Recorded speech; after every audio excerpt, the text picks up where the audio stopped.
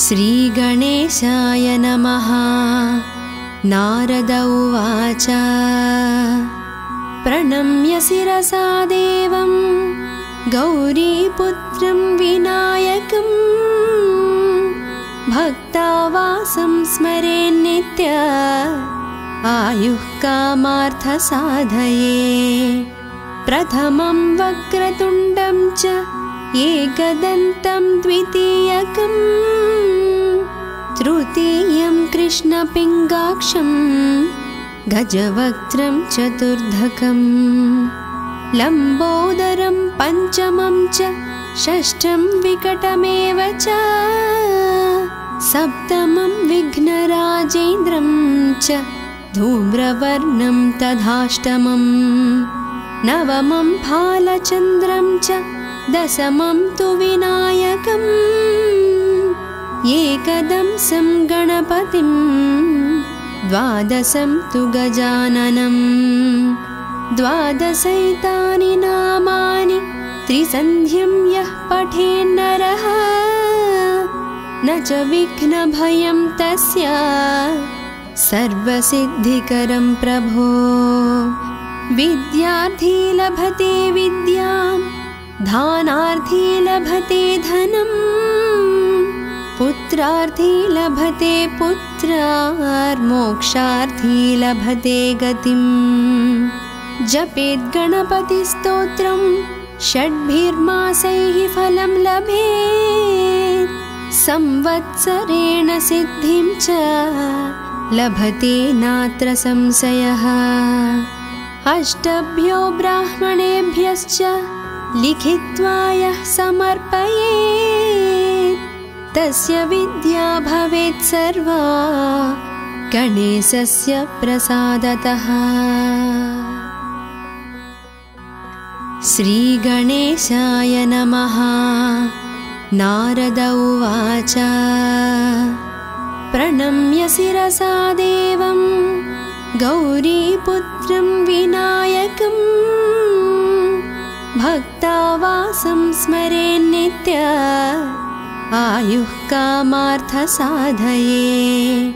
प्रथमं वक्रतुण्डं च एकदन्तं द्वितीयकं तृतीयं कृष्णपिङ्गाक्षं गजवक्त्रं चतुर्धकं लम्बोदरं पञ्चमं च षष्ठं विकटमेव च सप्तमं विघ्नराजेन्द्रं च धूम्रवर्णं तथाष्टमं नवमं भालचन्द्रं च दशमं तु विनायकम् एकदंसं गणपतिं द्वादशं तु गजाननं द्वादशैतानि नामानि त्रिसन्ध्यं यः पठेन्नरः न च विघ्नभयं तस्य सर्वसिद्धिकरं प्रभो। विद्यार्थी लभते विद्यां धानार्थी लभते धनं पुत्रार्थी लभते पुत्रार्मोक्षार्थी लभते गतिं। जपेत् गणपतिस्तोत्रं षड्भिर्मासैः फलं लभेत् संवत्सरेण सिद्धिं च लभते नात्र संशयः। अष्टभ्यो ब्राह्मणेभ्यश्च लिखित्वा यः समर्पयेत् तस्य विद्या भवेत् सर्वा गणेशस्य प्रसादतः। श्रीगणेशाय नमः। नारद उवाच प्रणम्य शिरसा देवं गौरीपुत्रं विनायकं भक्तावासं स्मरेन्नित्य आयुः कामार्थसाधये।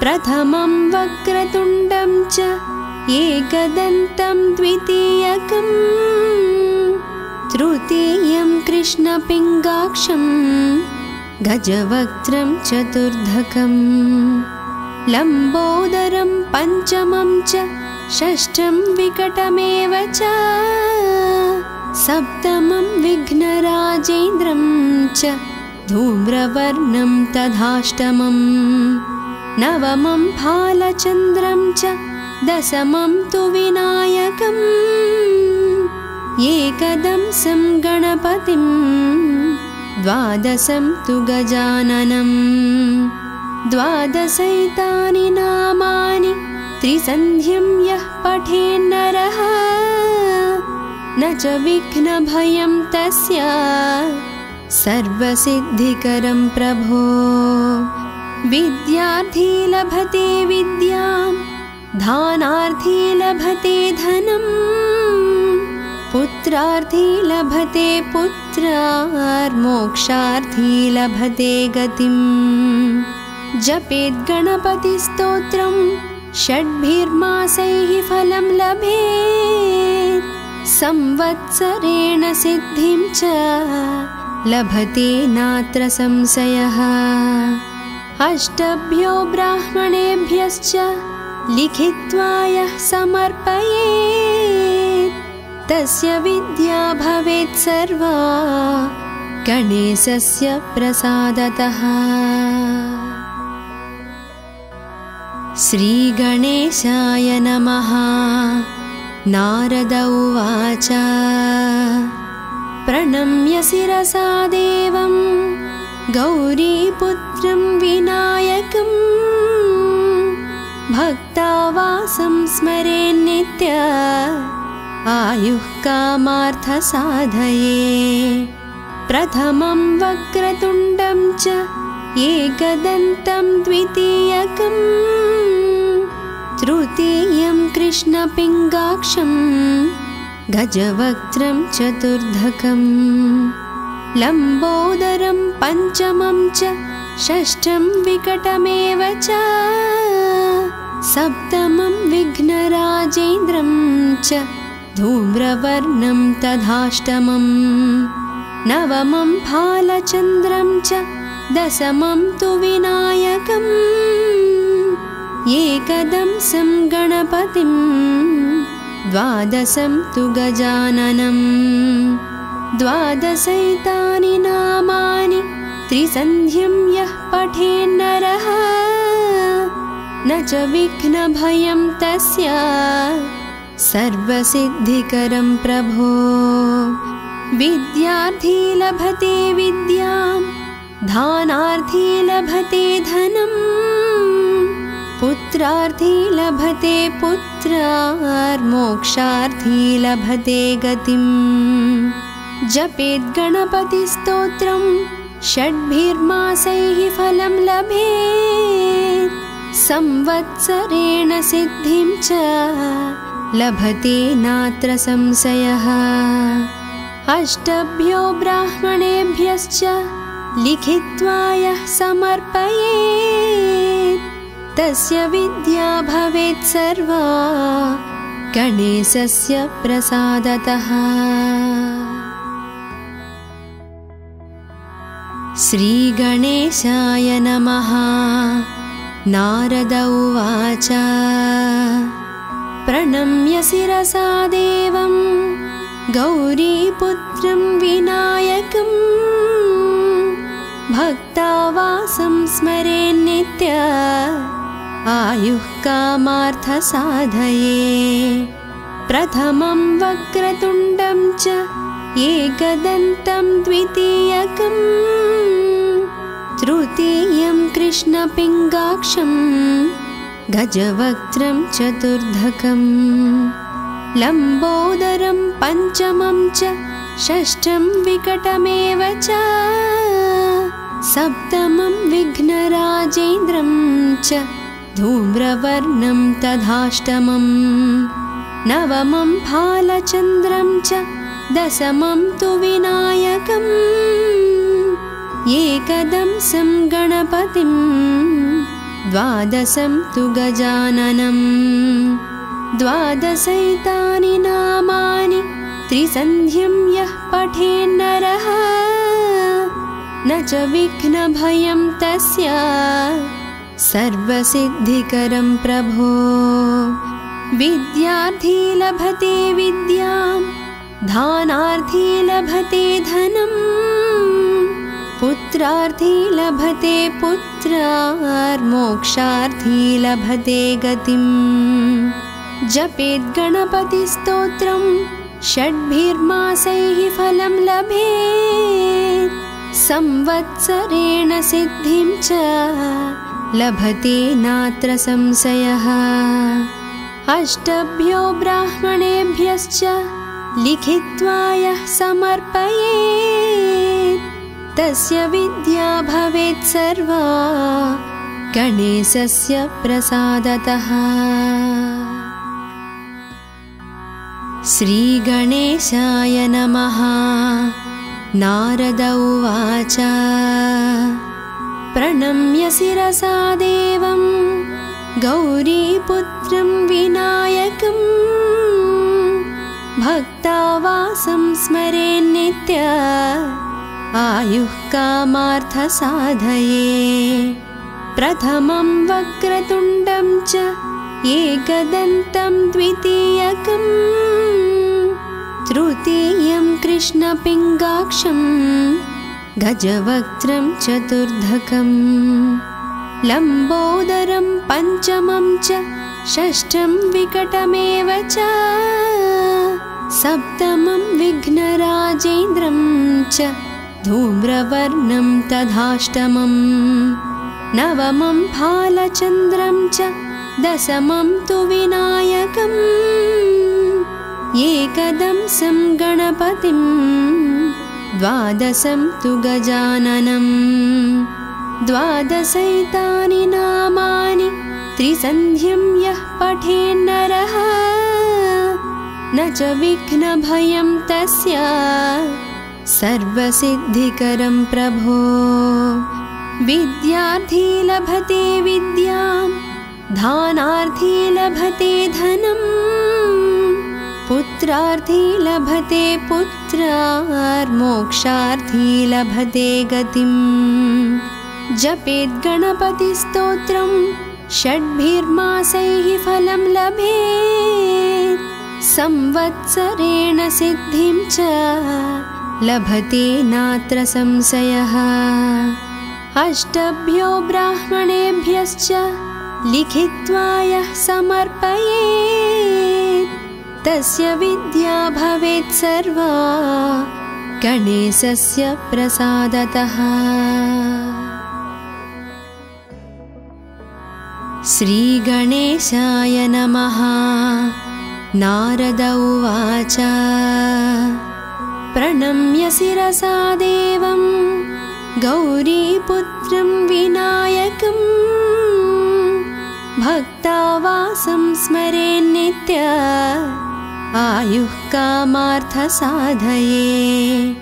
प्रथमं वक्रतुण्डं च एकदन्तं द्वितीयकं, तृतीयं कृष्णपिङ्गाक्षं गजवक्त्रं चतुर्धकं, लम्बोदरं पञ्चमं च षष्ठं विकटमेव च, सप्तमं विघ्नराजेन्द्रं च धूम्रवर्णं तथाष्टमं, नवमं फालचन्द्रं च दशमं तु विनायकम्।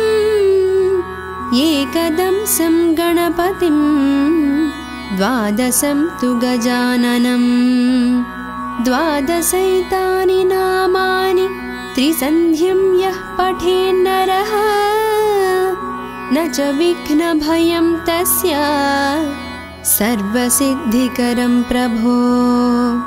विद्यार्थी लभते विद्यां, दानार्थी लभते धनं, पुत्रार्थी लभते पुत्रार्, मोक्षार्थी लभते गतिम्।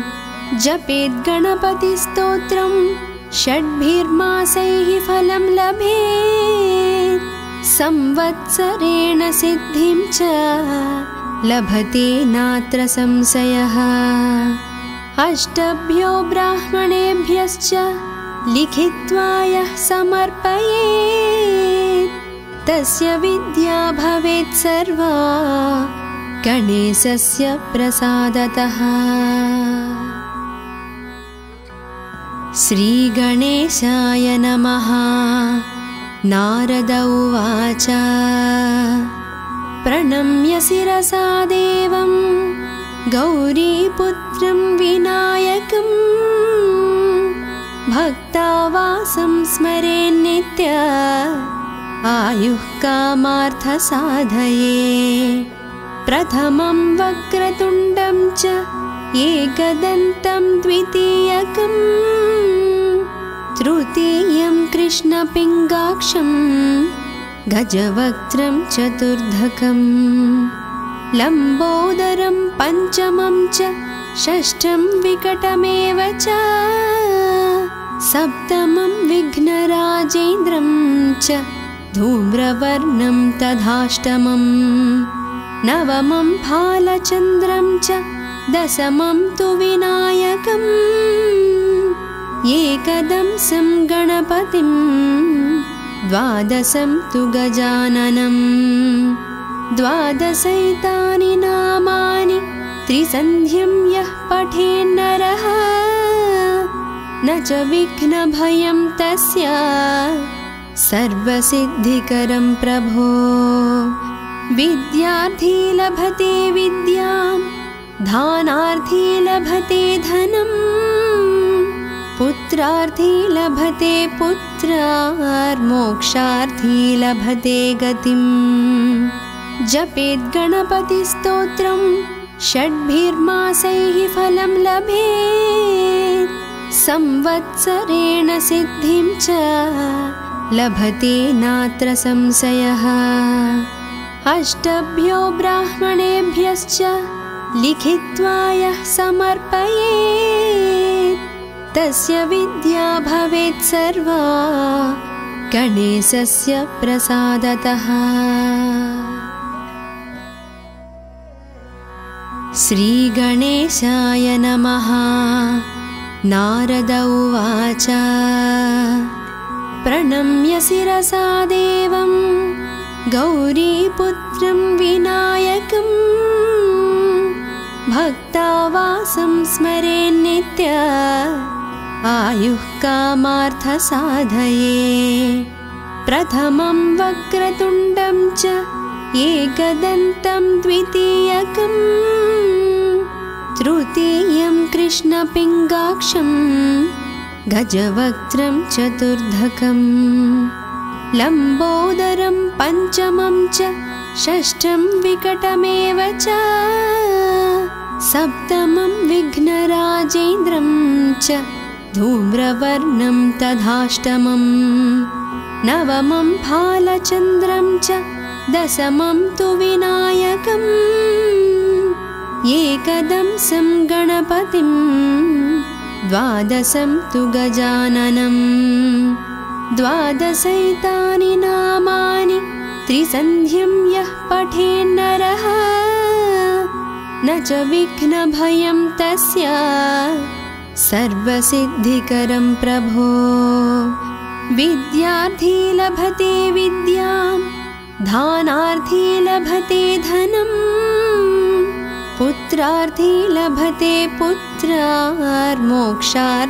लभते गतिं। जपेत् गणपतिस्तोत्रं षड्भिर्मासैः फलं लभेत् संवत्सरेण सिद्धिं च लभते नात्र संशयः। अष्टभ्यो ब्राह्मणेभ्यश्च लिखित्वा यः समर्पयेत् तस्य विद्या भवेत् सर्वा गणेशस्य प्रसादतः। श्रीगणेशाय नमः। नारद उवाच प्रणम्य शिरसा देवं गौरीपुत्रं विनायकं भक्तावासं स्मरेन्नित्य आयुः कामार्थसाधये।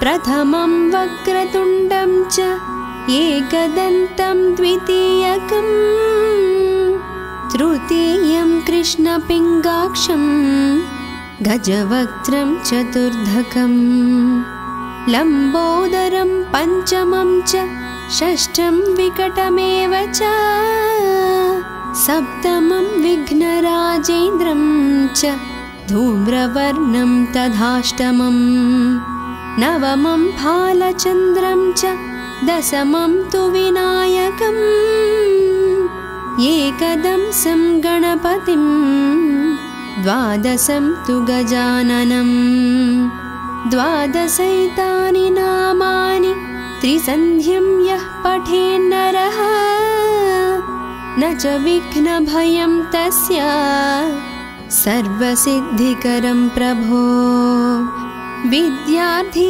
लभते विद्यां धानार्थी लभते धनं पुत्रार्थी लभते पुत्रार्मोक्षार्थी लभते गतिं जपेत् गणपतिस्तोत्रं षड्भिर्मासैः फलं लभेत् संवत्सरेण सिद्धिं च लभते नात्र संशयः अष्टभ्यो ब्राह्मणेभ्यश्च लिखित्वा यः समर्पयेत् तस्य विद्या भवेत् सर्वा गणेशस्य प्रसादतः।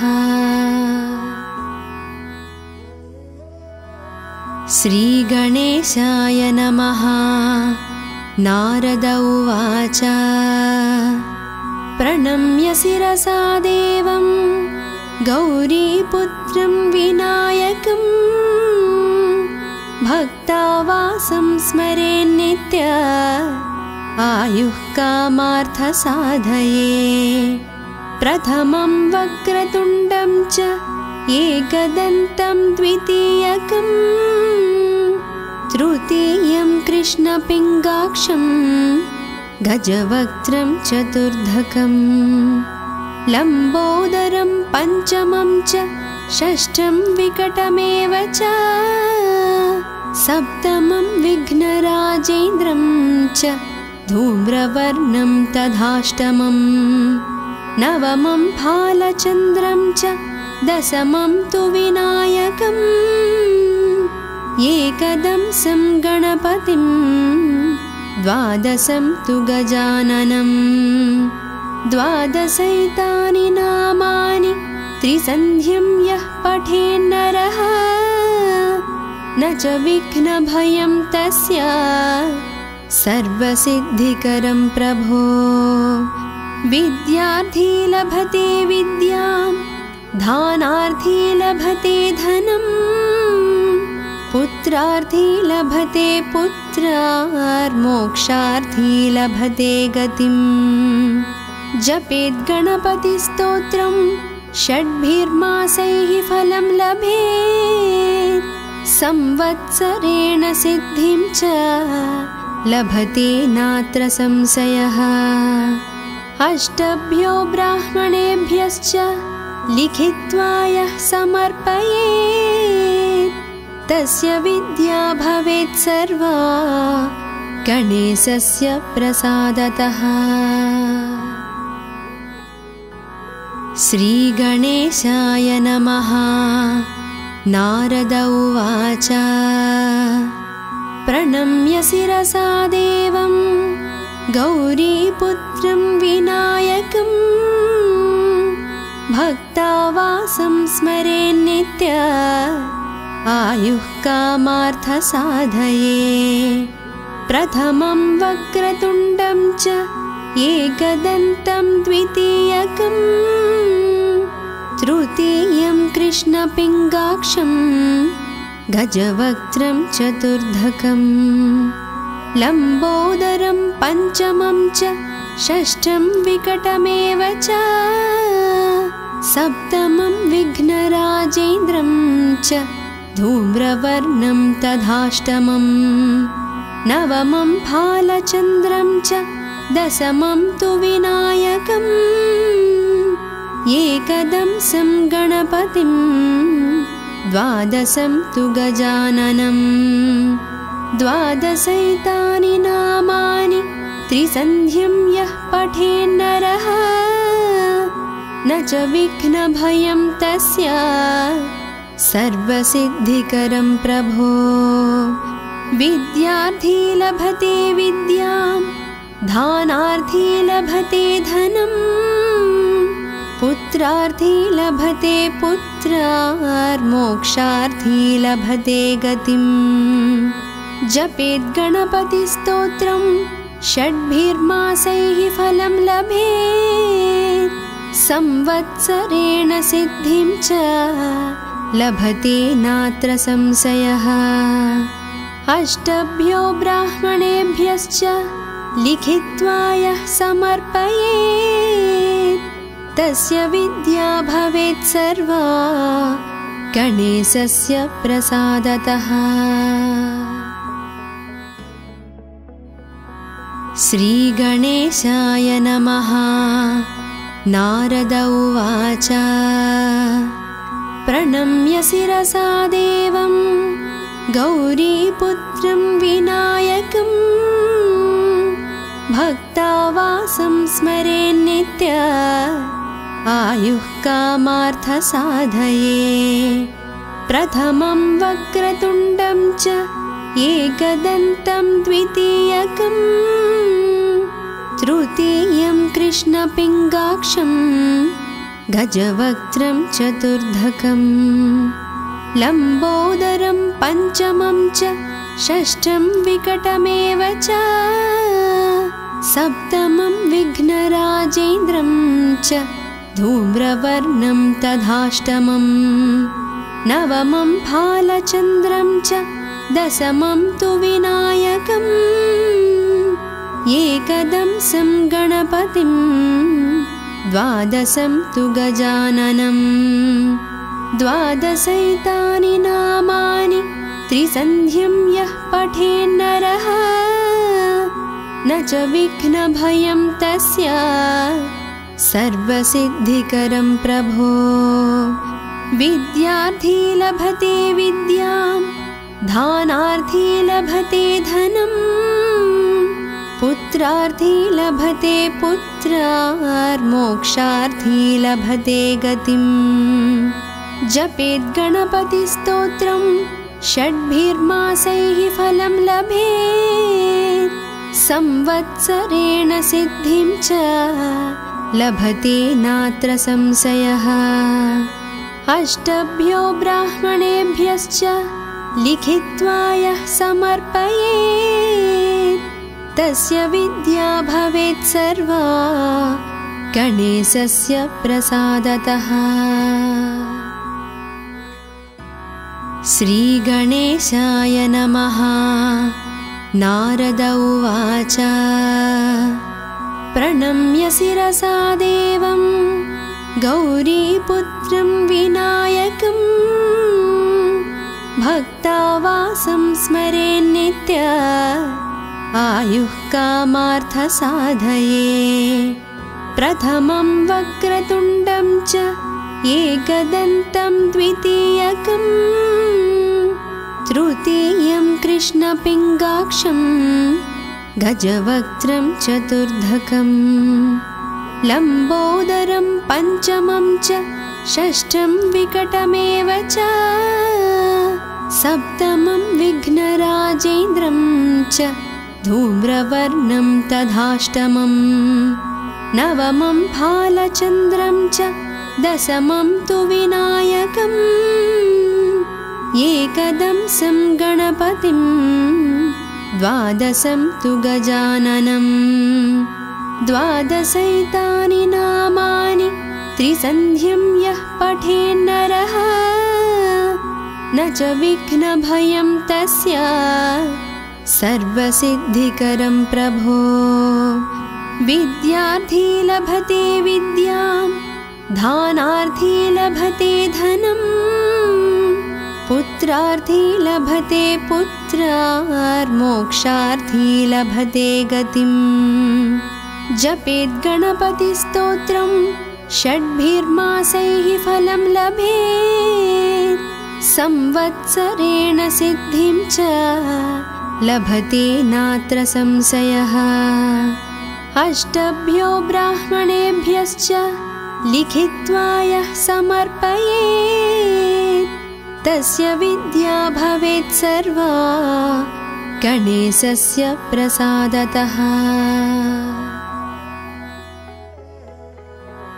श्रीगणेशाय नमः। नारद उवाच प्रणम्य शिरसा देवं गौरीपुत्रं विनायकं भक्तावासं स्मरेन्नित्य आयुः कामार्थसाधये। प्रथमं वक्रतुण्डं च एकदन्तं द्वितीयकं तृतीयं कृष्णपिङ्गाक्षं गजवक्त्रं चतुर्धकं लम्बोदरं पञ्चमं च षष्ठं विकटमेव च सप्तमं विघ्नराजेन्द्रं च धूम्रवर्णं तथाष्टमं नवमं फालचन्द्रं च दशमं तु विनायकम् एकदंसं गणपतिं द्वादशं तु गजाननं द्वादशैतानि नामानि त्रिसन्ध्यं यः पठेन्नरः न च विघ्नभयं तस्य सर्वसिद्धिकरं प्रभो। विद्यार्थी लभते विद्यां दानार्थी लभते धनं पुत्रार्थी लभते पुत्रार्मोक्षार्थी लभते गतिं। जपेत् गणपतिस्तोत्रं षड्भिर्मासैः फलं लभेत् संवत्सरेण सिद्धिं च लभते नात्र संशयः। अष्टभ्यो ब्राह्मणेभ्यश्च लिखित्वा यः समर्पयेत् तस्य विद्या भवेत् सर्वा गणेशस्य प्रसादतः। श्रीगणेशाय नमः। नारद उवाच प्रणम्य शिरसा देवं गौरीपुत्रं विनायकं भक्तावासं स्मरेन्नित्य आयुः कामार्थसाधये। प्रथमं वक्रतुण्डं च एकदन्तं द्वितीयकं तृतीयं कृष्णपिङ्गाक्षं गजवक्त्रं चतुर्धकं लम्बोदरं पञ्चमं च षष्ठं विकटमेव च सप्तमं विघ्नराजेन्द्रं च धूम्रवर्णं तथाष्टमं नवमं फालचन्द्रं च दशमं तु विनायकम् एकदंसं गणपतिं द्वादशं तु गजाननं द्वादशैतानि नामानि त्रिसन्ध्यं यः पठेन्नरः न च विघ्नभयं तस्य सर्वसिद्धिकरं प्रभो। विद्यार्थी लभते विद्यां दानार्थी लभते धनं पुत्रार्थी लभते पुत्रार्मोक्षार्थी लभते गतिं। जपेत् गणपतिस्तोत्रं षड्भिर्मासैः फलं लभेत् संवत्सरेण सिद्धिं च लभते नात्र संशयः। अष्टभ्यो ब्राह्मणेभ्यश्च लिखित्वा यः समर्पयेत् तस्य विद्या भवेत् सर्वा गणेशस्य प्रसादतः।